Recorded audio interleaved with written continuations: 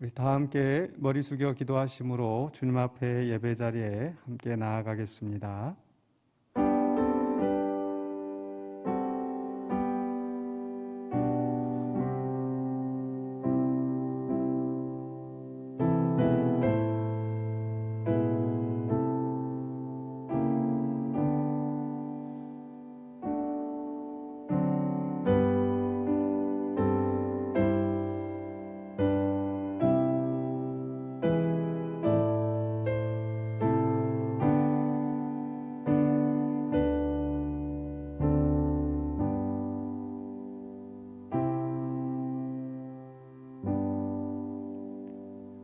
우리를 창조하시고 구원하신 아버지 하나님, 또한 우리의 매일의 삶을 주관하시고 인도하신 아버지 하나님께 감사를 드리며 이 시간에 우리가 수요 예배로 함께 머리 숙여 기도하며 예배합니다.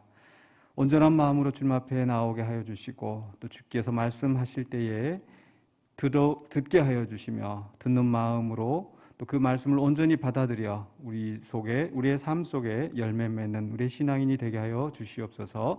이 예배 가운데 주님 홀로 영광 받으시옵기를 간절히 바랐고나며 예수 그리스도 이름으로 기도하옵나이다. 아멘. 찬송가 424장입니다.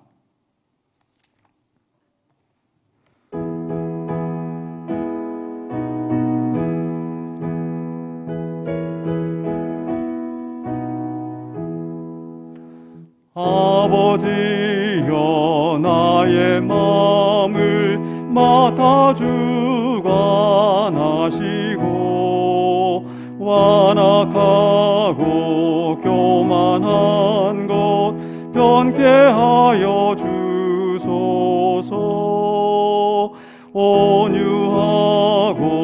겸손하여 화평하게 하시고 망령되고 악한 일을 물리치게 하소서. 하나님의 은총 속에 나를 보호하시고 주의 사랑 줄이 되어 나를 메어 주소서. 구세주의 흘린 피로 죄를 씻어 주시고 성령이여 하늘 길로 나를 인도하소서.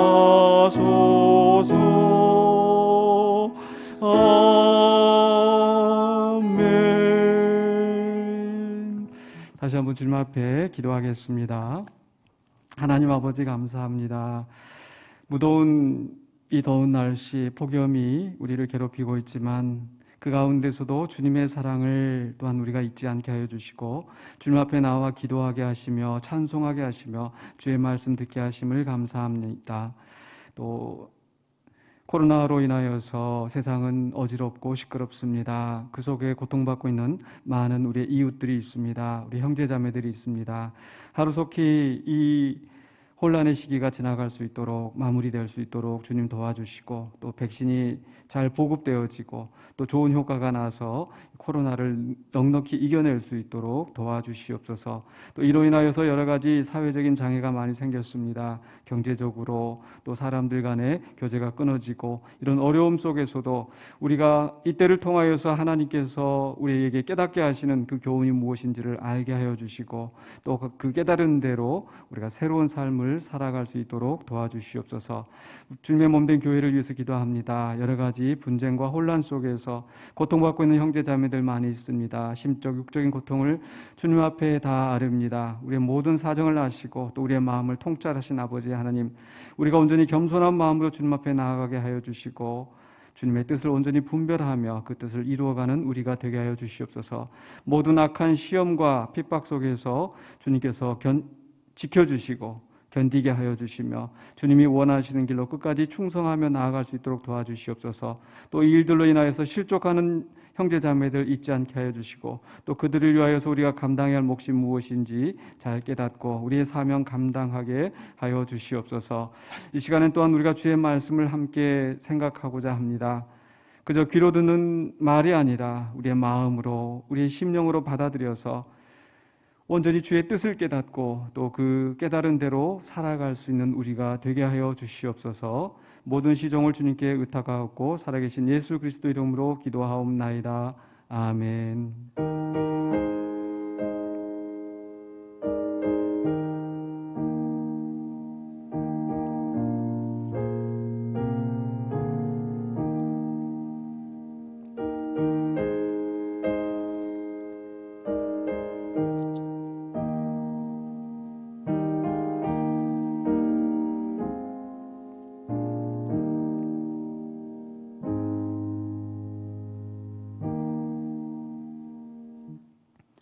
하나님 말씀 스바냐 3장 1절로 5절입니다. 스바냐 3장 1절로 5절 말씀 제가 봉독하겠습니다. 패역하고 더러운 곳 포악한 그 성읍이 화 있을진저 그가 명령을 듣지 아니하며 교훈을 받지 아니하며 여호와를 의뢰하지 아니하며 자기 하나님에게 가까이 나아가지 아니하였도다. 그 가운데 방백들은 부르짖는 사자요 그의 재판장들은 이튿날까지 남겨두는 것이 없는 저녁 일이요 그의 선지자들은 경솔하고 간사한 사람들이요 그의 제사장들은 성소를 더럽히고 율법을 범하였도다. 그 가운데 계시는 여호와는 의로우사 불의를 행하지 아니하시고 아침마다 빠짐없이 자기의 공의를 비추시거늘 불의한 자는 수치를 알지 못하는도다. 아멘. 네, 예루살렘의 심판이라는 말씀의 제목을 가지고 오늘 본문을 함께 살펴보려고 합니다. 우리 지난주에 나눴던 말씀 2장 4절로 15절까지의 그 말씀에서는 이방 나라들에 대한 심판이 다루어지고 있었습니다. 블레셋으로부터 시작해서 모압과 암몬, 또 구스 사람들, 또 아수르에 이르기까지 이스라엘의 이 동서남북에 둘러있는 그 나라들에 대한 심판이 선포되어졌습니다. 이 심판의 이방 나라에 대한 심판의 말씀은 역으로는 이스라엘 백성에 대한, 즉 하나님의 백성에 대한 구원과 회복을 보증하시고 약속하시는 말씀이다. 왜냐하면 그 이방 나라들이 무너지고 또 그 이방 도시들이 황폐하여지고 초장이 되었을 때 하나님의 백성, 그 땅이 하나님의 백성에게 기업이 되어서 그곳을 누리면서 기업으로 누리며 살게 된다고 말씀하고 있기 때문입니다. 그러나 모든 이스라엘 백성이 그 복을 누리는 것이 아니고 신실한 남은 자들에게 주시는 약속이었다. 그래서 남은 자들에게 기업으로 주시는 것이다 라는 것을 우리가 함께 이야기했습니다. 그렇기 때문에 오늘 바로 그 다음에 이어지는 오늘 본문 말씀 3장 1절로 5절 말씀이 이 예루살렘의 심판을 경고하는 것이 결코 이상하지 않습니다. 사실 우리 성도들이 선지서를 읽을 때 참 이해하기가 쉽지 않은 경우가 많이 있습니다. 그냥 보통 이야기식으로 아브라함이랄지 다윗이랄지 그럼 이야기식으로 누군가의 그 이야기를 기록한 성경은 그래도 좀 따라가기가 쉬운데 이 선지서에 있는 말씀들은 사실 밑도 끝도 없이 어떤 심판의 메시지가 나왔다가 또 어떤 구원의 메시지가 나왔다가 또 우리가 잘 알지 못하는 여러 지명들, 여러 사건들이 굉장히 어떤 상징적인 언어들로 설명되고 있기 때문에 쉽지 않을 수 있습니다. 특별히 그 심판의 말씀과 구원의 말씀이 교차적으로 나오거나 또 이렇게 혼동되는 것처럼 이게 보이기 때문에 더 어려운 것 같습니다. 분명히 앞에 말씀에서 이방 나라들에 대해서 심판하고 있고 그 속에서 하나님의 백성의 구원을 이야기하고 있다가 또 3장 1절로 5절에 와서는 이렇게 그 백성에 대한 예루살렘에 대한 심판을 이야기하고 있기 때문에 좀 이야기가 따라가기가 쉽지 않을 수 있다라는 거죠. 사실 그 이스라엘 백성 입장에서 한번 생각을 해본다면요. 지금 2장 4절부터 15절까지 그 이방 나라들에 대한 심판이 선포되어졌습니다. 그 이야기를 들으면서 그 메시지, 선지자를 통해서 그 메시지를 들으면서 어쩌면 이스라엘 백성들은 야, 이방 나라들이 심판을 당하겠구나. 저 우리를 괴롭히던 원수들 잘 됐다. 아마 이렇게 생각할 수도 있을 것입니다. 우리 속담에 강 건너 불구경이란 말이 있죠. 강 건너편에서 불이 났는데 그 불은 이 강을 건너서 우리에게 해를 미치지 않기 때문에 이 강 건너 불구경 이게 표현할 수 있습니다. 어떤 그런 상황들을. 그런데 그 이방 나라들이 심판당하는 것을 보면서 그저 강 건너 불구경 하듯이 우리한테는 해가 미치지 않겠지라고 그 이스라엘 백성들이 생각할 수 없다라는 겁니다. 왜냐하면 이방 나라들을 심판하셨던 하나님께서 이제 그 심판의 화살을 이스라엘에게 향하고 있기 때문입니다. 즉 이방 나라를 심판하시는 하나님은 예루살렘도 하나님의 백성도 심판하신다. 어쩌면 이방 나라를 심판하시는 것보다 더 아프게 심판하실 수도 있습니다. 물론 그 심판은 이방 나라에 대한 심판과는 다르죠. 이방 나라에 대한 심판은 멸절하시는 것이라고 한다면, 그러나 하나님의 백성에 대한 심판은 멸망해서 없애버리시는 것이 목적이 아니라 그들을 깨닫게 하시고 회개하게 하시고 다시 하나님의 백성으로 회복하게 하시는데 그 목적이 있기 때문입니다. 어쨌든 그 하나님께서 이스라엘 백성조차도 예루살렘조차도 심판에서 예외로 두시지 않는다라는 것, 이것을 우리는 기억해야 합니다. 또 하나 우리가 기억해야 될 것은 그저 이 예루살렘에 대한 심판, 고대의 한 도시의 그 멸망, 흥망성쇠를 이야기하는 게 목적이 아니냐는 거죠. 그렇다면 이 예루살렘에 대해서 또 하나님의 백성 이스라엘에 대해서 심판하시는 하나님을 이야기할 때 그것이 오늘 이 시대에 우리에게 어떤 의미가 있는가, 그것을 또한 생각하면서 이 성경을 봐야 됩니다. 예루살렘을 중심으로 지금 이 말씀이 선포되고 있는데 예루살렘은 어떤 곳인가? 그 예루살렘이라고 했었을 때는 우리에게 이제 이 말씀을 적용할 때는요, 바로 지금 이스라엘에 있는 그 한 도시 예루살렘이 아니라 그 예루살렘이라고 하는 곳은 하나님의 성전이 있고 그 성전을 중심으로 하나님을 섬기며 살아가는 신앙 공동체가 바로 이스라엘 백성인 거죠. 그렇기 때문에 바로 이 성전을 중심으로 하는 신앙 공동체를 이제 예루살렘으로 표현하고 있는 것처럼 오늘 그러면 이 신약 시대에 그 공동체는 누구인가? 신약 시대에 와서 성전은 바로 예루살렘 성전이 아닙니다. 또 우리가 지금 알고 있는 교회당이 아닌 거죠. 신약 시대에 와서 성전은 무엇입니까? 아니, 질문을 바꿔서 한다면 신약 시대에 와서 성전은 누구입니까? 바로 예수 그리스도. 예수님께서 예루살렘 성전을 보시면서 이 성전을 헐라 내가 사흘 만에 일으키리라, 그 말씀을 하셨던 것은 바로 당신의 육체를 가리켜서 말씀하신 것이라고 그랬죠. 성전은 하나님의 임재하심이 있는 가시적인 상징이라고 그랬고요. 그러나 이제 가시적인 상징을 넘어서 하나님이신, 하나님의 아들이신 독생자 예수 그리스도가 육신을 입고 이 땅에 오신 것, 그럼으로써 예수 그리스도로 말미암아 우리가 하나님이 우리와 함께 하신다라는 그 말씀이 성취된 거죠. 그렇기 때문에 예수 그리스도는 성전을 성취하신 분이시다. 성전은 예수 그리스도의 하나의 예표이고 그림자이다. 하나님의 임재하심이 그 백성과 함께하는 것에 대한 바로 그림자라는 것. 그러니까 신약시대의 성전은 바로 예수 그리스도입니다. 그리고 그 예수 그리스도를 중심으로 하는 신앙 공동체, 즉 예수 그리스도의 몸, 예수님을 머리로 하고 있는 교회가 바로 신약시대의 예루살렘이라고 우리가 이해할 수 있다는 거죠. 그렇기 때문에 이 예루살렘에 대한 심판을 말씀하실 때 우리는 이 말씀을 단지 고대의 한 도시 예루살렘에 대한 그 역사가 아니라 바로 오늘 우리 교회에게 주시는 하나의 경고의 말씀으로서 우리가 이해해야 된다는 겁니다. 흔히들 우리가 예수님께서 우리 사도신경에 고백하는 것처럼 저리로서 산 자와 죽은 자를 심판하러 오시리라. 예수님이 심판하시는 분이신데 예수님 그럼 불신자만 심판하실까요? 아니죠. 교회와 성도들도 그 심판의 대상이 된다라는 거.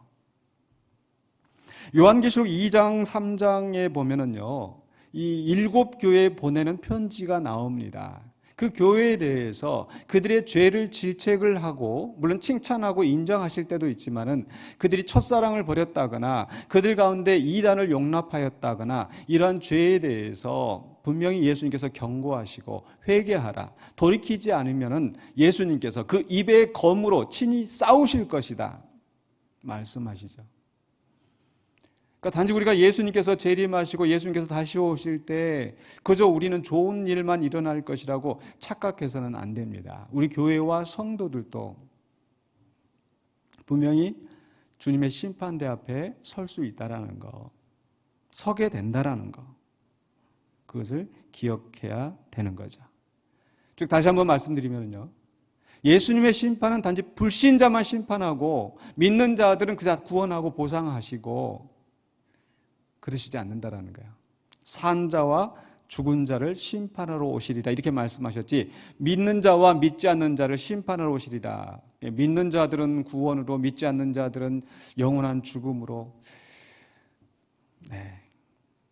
물론 믿는 자들이 영원한 사망 또 둘째 사망에 들어간다고 말씀드리는 게 아닙니다.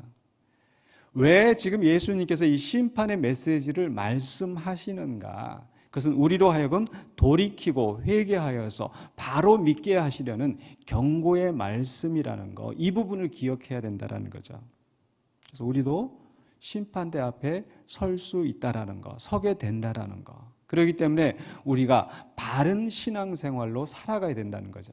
그래서 구약 성경을 읽어 내려갈 때 바로 예루살렘에 대한 심판의 말씀이 나오면은 바로 이 구약 시대의 신앙 공동체에 대한 하나님의 심판의 말씀이고 그것이 오늘 이 시대에는 교회를 향한 경고의 말씀이라고 적용해야 된다는 거죠. 자, 그런 그 맥락, 그 해석의 그 원리를 이해하시면서 오늘 스바냐 3장 1절로 5절 예루살렘에 대한 심판의 말씀을 우리가 생각해 보려고 하는데요. 첫 번째로 3장 1절로 2절에서는 이 바로 예루살렘을 가리켜서 이 부패한 성읍이다라고 못 박고 있습니다. 첫 번째로 1절에서는요. 저주의 선언이 나옵니다. 3장 1절을 보실까요? 폐역하고 더러운 곳 포악한 그 성읍이 화 있을진저. 우리 한글 성경에는 화 있을진저라는 말이 제일 뒤에 나오는데 보통 이런 그 문구에서는 저주가 있을지어다, 화 있을진저 이렇게 시작을 합니다. 화 있을진저.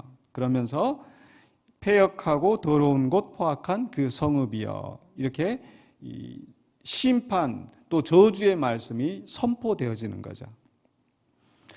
여기서 이 폐역하고 더러운 곳 포악한 그 성읍이 세 마디로 표현하고 있는데 각각의 의미가 다릅니다.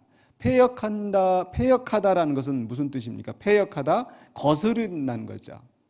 하나님께서 그 백성의 주인이 되시고 구원자가 되시고 언약의 주가 되시는데 그 말씀을 순종하지 않고 거역하는 자들. 하나님께서 아버지가 되셔서 그 백성을 보호하시고 돌보시는데 마치 부모를 거스르는 패역한 자식처럼 이 백성이 하나님을 거역합니다. 이게 패역하다는 의미, 말씀에 순종하지 않는 거죠. 두 번째로는요, 더러운 곳. 이 예루살렘을 향하여서 더러운 곳이라고 말씀하는 것은 그저 뭐 길이 지저분하고 뭐 쓰레기가 널려 있고 그런 것을 말씀하시는 게 아니죠. 더럽다, 순수하지 못하다, 깨끗하지 못하다. 어떤 면에서 그러합니까? 하나님만 섬기는 하나님의 백성이 돼야 하는데 하나님이 아닌 다른 신들을 섬기고 다른 그 우상의 그 신상들 또 우상을 섬기는 산당들을 만들고 그곳에서 이방의 풍속을 따라서 절을 하고 우상 숭배하는 것 하나님께서 가증히 여기시고 더럽다. 불결하다 이렇게 말씀하시는 겁니다. 그래서 더러운 곳이라고 말씀하시는 것은 하나님 아닌 다른 신들을, 다른 힘들을 의지하면서 세상의 것들을 의지하고 따라가면서 그 순수함을 잃어버린 도시, 그 더러운 곳이라고 말씀하는 거죠. 세 번째로 포악한 그 성읍이라고 하는 것은, 포악하다라는 것은요, 이웃을 압제하는 것, 마치 가인이 아벨을 죽이는 것처럼, 또 그 이후로 인류의 역사에서 힘 있는 자들이 약한 자들을 짓밟고 자기의 이익을 챙기는 그런 포악함이 나타나는 겁니다. 그러니까 하나님을 사랑하지 않을 뿐만 아니라 이웃을 사랑하지 않으면서 이웃에게 해를 끼치는 언어적인 폭력과 또 경제적인 착취와 또 정치적인, 사회적인 그런 탄압으로 이웃에게 악을 행하는 그런 포악함이 그 도시 가운데 있다라는 거죠. 그래서 거룩하고 순결한 성읍이 되어야 될 예루살렘이 패역하고 더러운 곳, 그리고 포악한 성읍이 되었기 때문에 하나님께서 그들 가운데 심판을, 저주를 내리시는 겁니다. 그러면서 2절에 넘어가면은 그 저주의 심판을 내리시는 이유, 저주의 이유를 좀 더 구체적으로 설명합니다. 3장 2절 보실까요? 그가 명령을 듣지 아니면, 여기서 그라고 하는 것은 바로 예루살렘을 가리키는데 바로 그 신앙 공동체, 하나님의 백성의 공동체, 그 백성들을 말하는 겁니다. 그 백성들이 하나님의 명령을 듣지 아니합니다. 교훈을 받지 아니합니다. 앞에 말씀에 1절에 말씀했던 것처럼 패역하다고 묘사한 바로 그 의미입니다. 하나님의 언약의 주가 되시기 때문에 하나님의 말씀하신 그 명령, 그 교훈을 당연히 순종해야 되는데 그 백성들이 그 말씀을 거역합니다. 듣지 않습니다. 또 그 다음에 2절 중간에 여호와를 의뢰하지 아니하며 자기 하나님께 가까이 나아가지 아니하였도다. 바로 이 부분은 앞에서 1절에서 말씀하셨던 더러운 곳과 같은 맥락입니다. 하나님 외에 다른 신을 섬기는 거예요. 오직 하나님만 의뢰하고 하나님께 나아가 예배하고 하나님을 섬겨야 되는데 하나님이 아닌 우상을 섬기면서, 우상을 따라가면서 다른 세속적인 힘들을 의지하면서 그 신들에게 나아가는 것, 그 우상 앞에 나아가는 것. 그렇기 때문에 하나님께서 그들을 심판하실 수밖에 없다라는 거죠. 저주의 이유가 2절까지 설명되었습니다. 그런데 이 백성이 이렇게 범죄하고 타락하고 부패한 나라가 된 이유가 뭐냐? 그 이유가 바로 3절로 4절에서 그 부패한 지도자들 때문이었다라는 거예요. 그래서 3절과 4절에서는 그 예루살렘에 있는 부패한 지도자들에 대한 심판의 말씀이 나오고 있습니다. 두 종류의 지도자가 나옵니다. 첫 번째로 3절에서는 바로 이 사회의 지도자, 3절 보실까요? 그 가운데 방백들은 부르짖는 사자요, 그의 재판장들은 이튿날까지 남겨두는 것이 없는 저녁 일이요. 방백들과 재판장이 나오죠.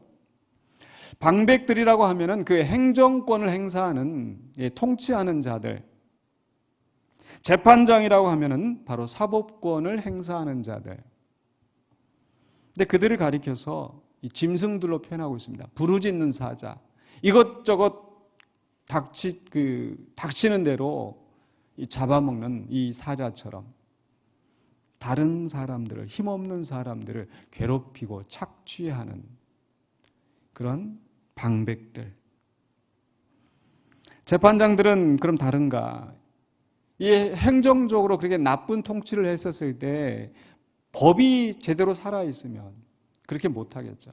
근데 문제는 이 법을 주관하는, 사법권을 행사하는 그 재판장들조차도 이튿날까지 남겨두는 것이 없는 저녁 일이다. 이렇게 표현합니다. 즉 욕심이 끝이 없는 겁니다. 저녁에 그냥 닥치는 대로 다 먹는 그 이리 때처럼 약한 자들을 농락하고 괴롭히고 힘 있는 자들을 보호하면서 자기들의 욕심을 채우는 재판장들, 사회의 지도자들이 부패해 있습니다. 이 말씀은 단지 우리가 적용할 때는 또 그저 나는 행정과 상관없는 자, 나는 그 사법권이 없는 자, 이렇게 남의 이야기처럼 돌리지 마시고, 내가 남들보다 어떤 우위에 있는 어떤 유리한 위치에 있을 때 그걸로 말미암아 내가 혹시 다른 사람에게 갑질하거나 다른 사람의 마음에 상처를 주지는 않았는지 돌아봐야 되겠습니다. 하나님께서 우리에게 힘을 주신 것은 그 힘을 가지고 연약한 자를 돌보라는 그런 의미일 것입니다. 또 그 힘을 가지고 바른 정의와 또 이 진실된 사회가 될 수 있도록 우리의 역할을 감당하라는 거죠. 근데 그 힘을 가지고 그 유리한 위치에서 약한 사람들을 우리가 괴롭혔다면 오늘 말씀에 있는 부르짖는 사자와 같은 방백들, 탐욕이 끝이 없는 이 전역이와 같은 재판장들, 그들과 다를 바가 없을 것입니다. 3절에서는 이 사회 지도자들을 이야기했다고 한다면 4절에서는 이 종교 지도자들에 대해서 말씀하고 있어요. 4절 보시겠습니다. 그의 선지자들은 경솔하고 간사한 사람들이요 그의 제사장들은 성소를 더럽히고 율법을 범하였도다. 이 선지자는 누굽니까? 하나님의 말씀을 대언하는 자들입니다. 하나님의 말씀을 선포하라고 보내심을 받은 자들이에요. 그 백성이 잘못된 길로 갈 때 바로 가도록 심판의 메시지를 선포하고, 또 그 백성이 어디로 가야 될지 알지 못할 때 또 하나님이 주신 그 지혜의 말씀, 또 하나님이 지시하시는 그 길로 갈 수 있도록 하나님의 말씀을 대언해야 되는데, 이들에 대해서 경솔하고 간사한 사람이다. 경솔하다. 자기 임의대로 자기가 하고 싶은 말을 아무렇게나 뱉어내면서, 또 간사하다. 자기 이익에 따라서 자기에게 잘해주는 사람한테는 평화를 선언하고, 또 자기 마음에 들지 않으면 저주를 선포하고, 자기 이익을 따라서 아첨하거나 저주하거나 하는 그러한 간사한 사람들, 바로 스바냐가 예언할 때에 그 예루살렘의 선지자들이 그러했다라는 겁니다. 또 그런가 하면 제사장들은 어떠했는가? 성소를 더럽히고, 제사장의 책임이 뭡니까? 성소를 정결하게 유지해야 하는데 그 안에 악한 것들이 들어오지 못하도록 해야 되는데, 오히려 그들이 우상을 섬기는 그런 방식을 가져다가 성전에서 또 불의한 제사를 드리고, 그래서 성소를 더럽히고, 또 이 제사장들은 율법을 맡은 자로서 율법을 가르치고 또 바로 그 율법대로 시행을 해야 되는데 그 율법을 범한 사람들, 부정한 방식으로 섬기면서 혼합 종교 또는 인본주의적인 그런 신앙생활을 주도하는 겁니다. 제사장들이. 오늘날 이 시대에도 교회 안에 하나님의 말씀을 대언하고 또 예배를 주관하고 이러한 그 종교 지도자들이 분명히 있습니다. 그러나 그 종교 지도자들이 경솔하고 간사하게 또 하나님의 예배를 더럽히고 율법을 범하였다면 결국 그 공동체를 병들게 하고 공동체를 심판받게 하는, 소경이 소경을 인도하는 그런 불행한 결과를 가져오게 됩니다. 그렇기 때문에 교회 안에 지도자들이 바로 서는 것이 얼마나 중요한지, 또한 이 사회 안에 그런 방백들과 재판장들, 이 사회의 공권력을 행사하는 사람들이 얼마나 중요한지, 오늘 이 시대에도 그런 바른 지도자들이 우리에게 필요합니다. 사실 이 예루살렘의 그 부패함을 생각하고 또 그 지도자들의 부패함을 생각할 때는 우리는 절망적이고 낙심할 수밖에 없는데, 그러나 우리는 5절에서 여전히 우리를 붙드시고 인도하시는 하나님께 소망을 둘 수 있습니다. 3절에서는 바로 공의의 하나님, 말씀하고 있습니다. 3장 5절 보겠습니다. 3장 5절에서 그 가운데에 계시는, 그 가운데라고 하는 것은 바로 예루살렘의 중심에, 예루살렘 가운데에 하나님의 성전이 있고 하나님의 임재하심이 그곳에 있는 거예요. 그래서 그 가운데 계시는 여호와는 어떤 분이신가? 의로우사 불의를 행하지 아니하시고, 우리 하나님은 공의로우신 분입니다. 그 예루살렘 안에 있는 방백들이나 재판장들이나 선지자들이나 제사장들은 불의하고 악을 행한다 할지라도 그 가운데 계시는 하나님은 불의를 행하지 아니하신 분, 공의로우신 분. 근데 하나님만 공의로우신 것이 아니라 그 공의로움을 계속 펼치고 계십니다. 그래서 빠짐없이 자기의 공의를 비추시거늘, 하나님의 공의가 무엇인지 말씀을 통해서, 또 진실한 선지자들을 통해서 끊임없이 선포하시고 경고하시고 알게 하시고 깨닫게 하시는 겁니다. 오늘 이 시대에도 또 아무리 교회가 부패하고 또 신앙 공동체가 정말 바로 서지 못하는 이런 현상들을 많이 보게 되지만, 그래도 그 가운데 여전히 진실한 사역자들을 통해서 또 성령님께서 그 공의를 비추시는 줄로 믿습니다. 근데 그럼에도 불구하고 그렇게 아침마다 빠짐없이 자기의 공의를 비추시는데도 불의한 자는 수치를 알지 못하는도다. 여전히 악을 행하면서 수치를 알지 못한다는 것은 바꿔 말하면 뭡니까? 뻔뻔한 거죠. 죄를 죄로 깨닫지 못하는 겁니다.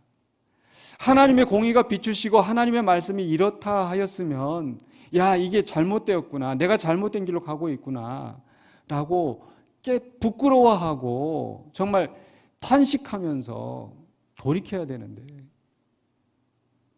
수치를 알지 못하는 백성, 양심에 화인 맞아서 온갖 거짓말과 악한 일들을 행하면서도 수치를 알지 못하는 뻔뻔한 지도자들, 뻔뻔한 백성들.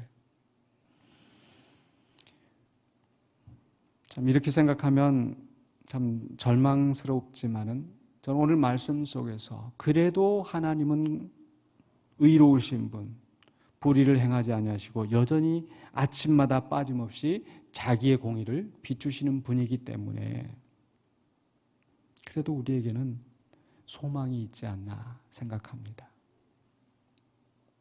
우리 인간을 바라볼 때는 소망이 없습니다. 우리 교회도 마찬가지입니다. 사람들 생각하면요, 누구를 믿겠습니까? 누구를 의지하겠습니까?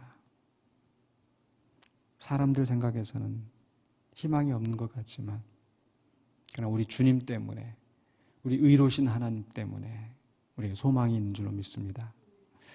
이제 말씀을 마무리하겠습니다. 오늘 본문 말씀은 바로 예루살렘의 심판에 대해서 이야기하고 있는데, 이 말씀은 오늘 이 시대에 우리 교회와 성도를 향한 심판의 경고로 이해해야 할 것입니다. 예루살렘이 왜 심판을 받았습니까? 패역한 도시. 하나님의 말씀이 선포되어도, 하나님의 말씀을 깨닫게 하셔도 듣지 아니하고 순종하지 아니하고 거역한 자들. 하나님만 섬기고 하나님만 사랑해야 되는데 세상의 신들을, 세상의 우상들을 섬기면서 세상의 풍속을 따라가는, 세상의 세태를 따라가는, 그래서 더러워진 그 백성들. 하나님을 사랑할 뿐만 아니라 이웃을 사랑해야 되는데 이웃을 사랑하지 않고 포악을 행하는 그 사람들.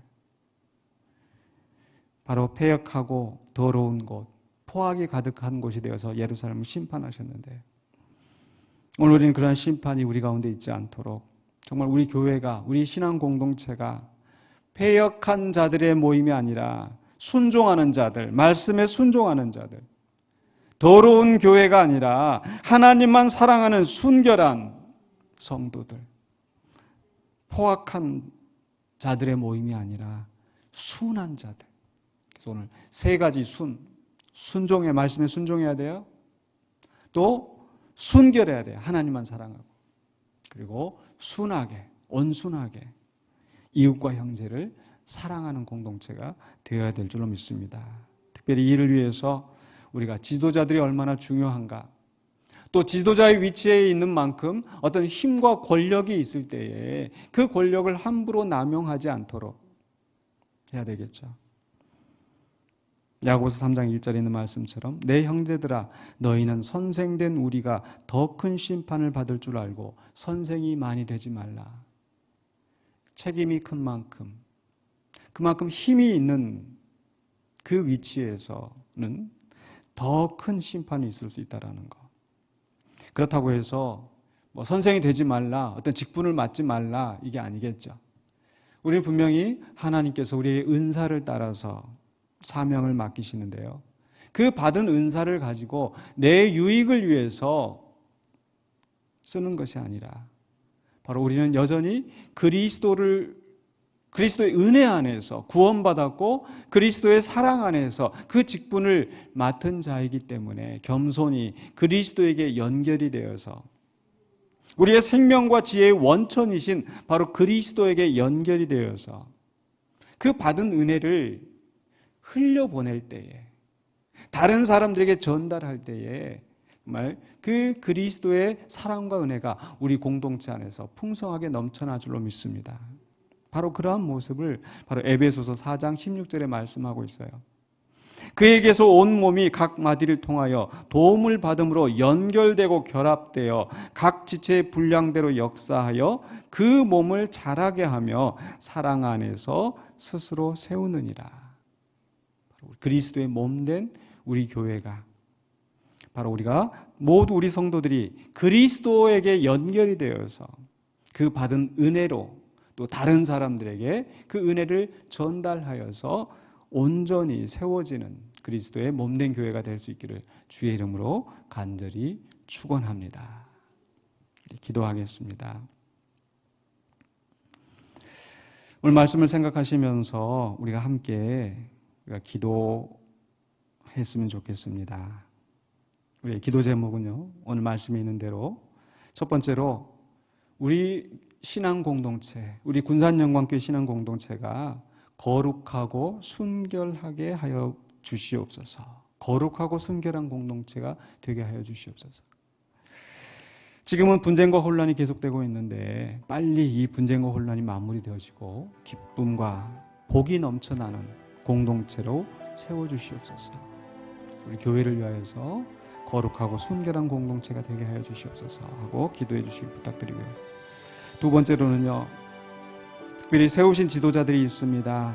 이 지도자들이 바로 서야 이 공동체가 바른 길로 갈 수 있습니다. 그래서 지도자들을 하나님께서 바른 길로 인도하여 주시옵소서. 주님께서 지혜를 주시고 또 용기를 주시고 또 인내하게 하여 주시고, 특별히 이 지도자들을 무너뜨리는 악한 권세로부터 하나님께서 지켜주시옵소서. 우리 지도자들을 위해서 좀 기도를 부탁드리고요. 세 번째로는요, 우리 각 성도들이 오늘 말씀대로 말씀에 순종하며 또 하나님만 사랑하는 순결한 성도들이 되어지고 또 이웃에 대하여는 순함으로 또 이웃을 사랑할 수 있도록, 그렇게 하여서 우리가 세상 속에서 빛과 소금의 역할을 잘 감당할 수 있도록 함께 기도해야 될 줄로 믿습니다. 세 가지 기도 제목드렸습니다. 하나는 교회를 위하여서 거룩하고 순결한 공동체가 되도록, 두 번째로는요, 세우신 지도자들을 하나님께서 바로 인도하여 주시고 악한 권세로부터 지켜주시옵소서. 또 우리 성도들이 순종하면서 순결하게 또 순하게 또 신앙생활하고 빛과 소금의 역할을 감당할 수 있도록 우리 성도들을 위해서 또 기도해 주시기를 부탁을 드립니다. 우리 함께 기도하겠습니다. 사랑해 주는 하나님, 이 시간 오늘 말씀을 생각하면서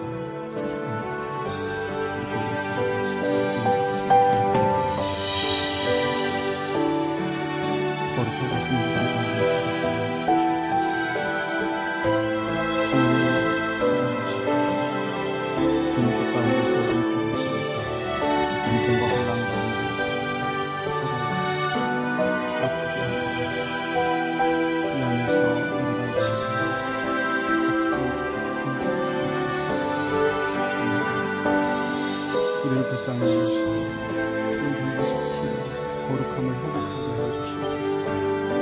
순결함을 회복하게 해주시옵소서. 진실함을 회복하게 해주시옵소서. 서로 온전히 연합하여 사랑하는 교회를 세워지게 해주시옵소서. 악한 모든 권세가 주님께서 물리쳐주시옵소서. 속히 이 분쟁과 혼합의 마음으로 기쁨과 즐거움이 넘치고 하나님 주신 복이 넘치는 아버지는 요셉의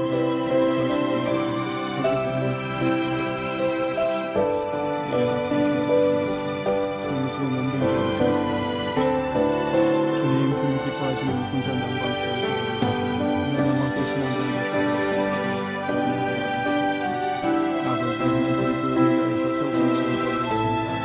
저희 부족한 종을 하나님께서 기억하게 해주시고 우리 주의 말씀을 깨닫게 해주시고 그 말씀을 우리 자신을 받게 해주시고 아버지 한번 세우신 아버지 장로님들 있습니다. 붉은 장로님 주께서 기억해 주시고 세우신 권사님 집사님 각자의 위치에서 맡겨진 사람을 주께서 힘주시고 지혜를 주시옵소서. 용기를 주시옵소서. 싸움의 가운데서 낙심하지 않게 인내하며 소망 가운데 끝까지 그 삶을 잘 감당할 수 있도록 세우신 권사님들 집사님들 중에서 붙잡아 주셔서 하나님의 옆에 잘 감당하시고 아버지 또한 이 지도자들을 무너뜨리는 악한 권세들 중에서 지켜주시고 눈동자와 같이 보호해 주시옵소서. 엘리사에게 불만과 불배운 것들이 그를 둘러싸면서 지켜주었던 것처럼 하나님의 천군 천사를 보내셔서 모든 악한 권세들로부터 보호해 주시옵소서. 주여 함께 해주시옵소서. 아버지 우리 성도들을 위해서 기도합니다. 예, 세우신 성도들 택하신 성도들 주님 아버지 하나님 공동체를 보시면서 주 말씀에 순종하는 자가 되게 해주시옵소서. 회역한 자가 되지 않게 해주시옵소서. 주의 말씀을 듣고 따르면서 말씀에 순종하는 자가 되게 해주시옵소서.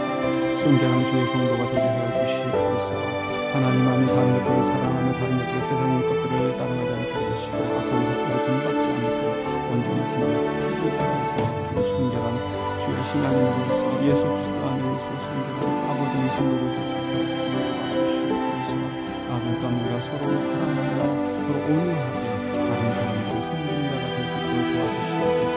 포악한 자가 되지 않게 해주시고 온순하고 겸손하게 다른 사람을 섬기는 사람을 주께서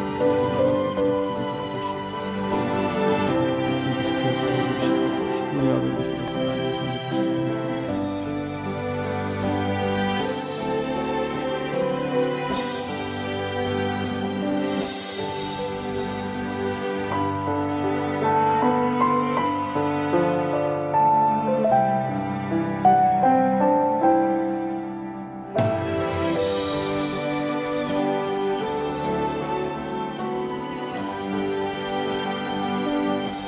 거룩하신 아버지 하나님, 은혜를 감사합니다. 오늘 이 시간에 우리가 주의 말씀을 함께 나누고 또 말씀에 비추어 우리의 기도 제목을 주님께 아뢰었습니다.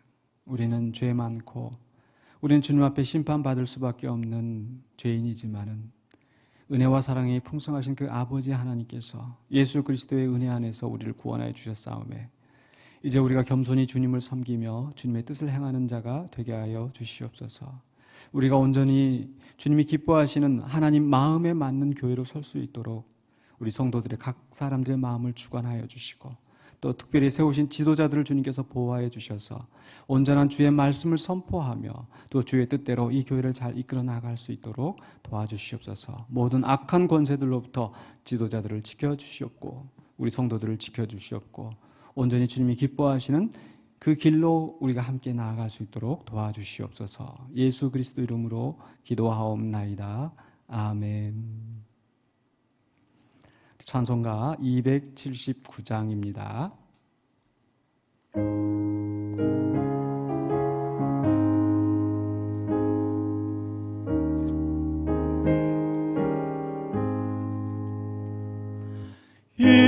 인내하신 그새 주여 내가 비오니 죄인 오라실 때에 날 부리소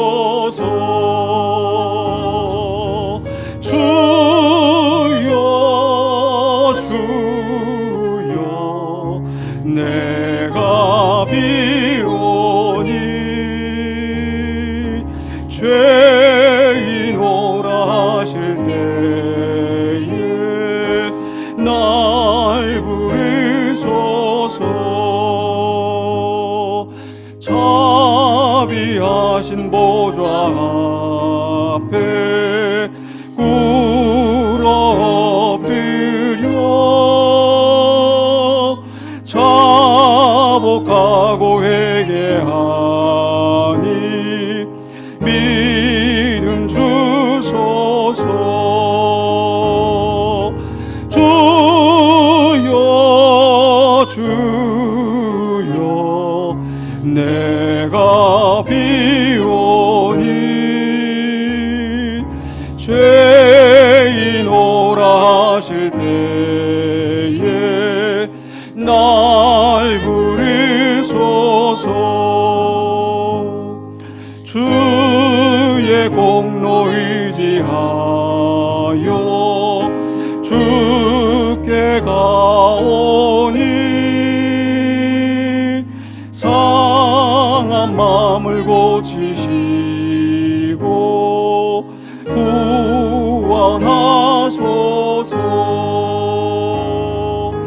주여 주여 내가 비오니 죄인 오라 하실 때에 날 부르소서. 만복 그런 우리 주여 위로하소서. 우리 주와 같으시니 어디 있을까. 주여 주여 내가 비오니 죄인 오라 하실 때에 날 부르소서.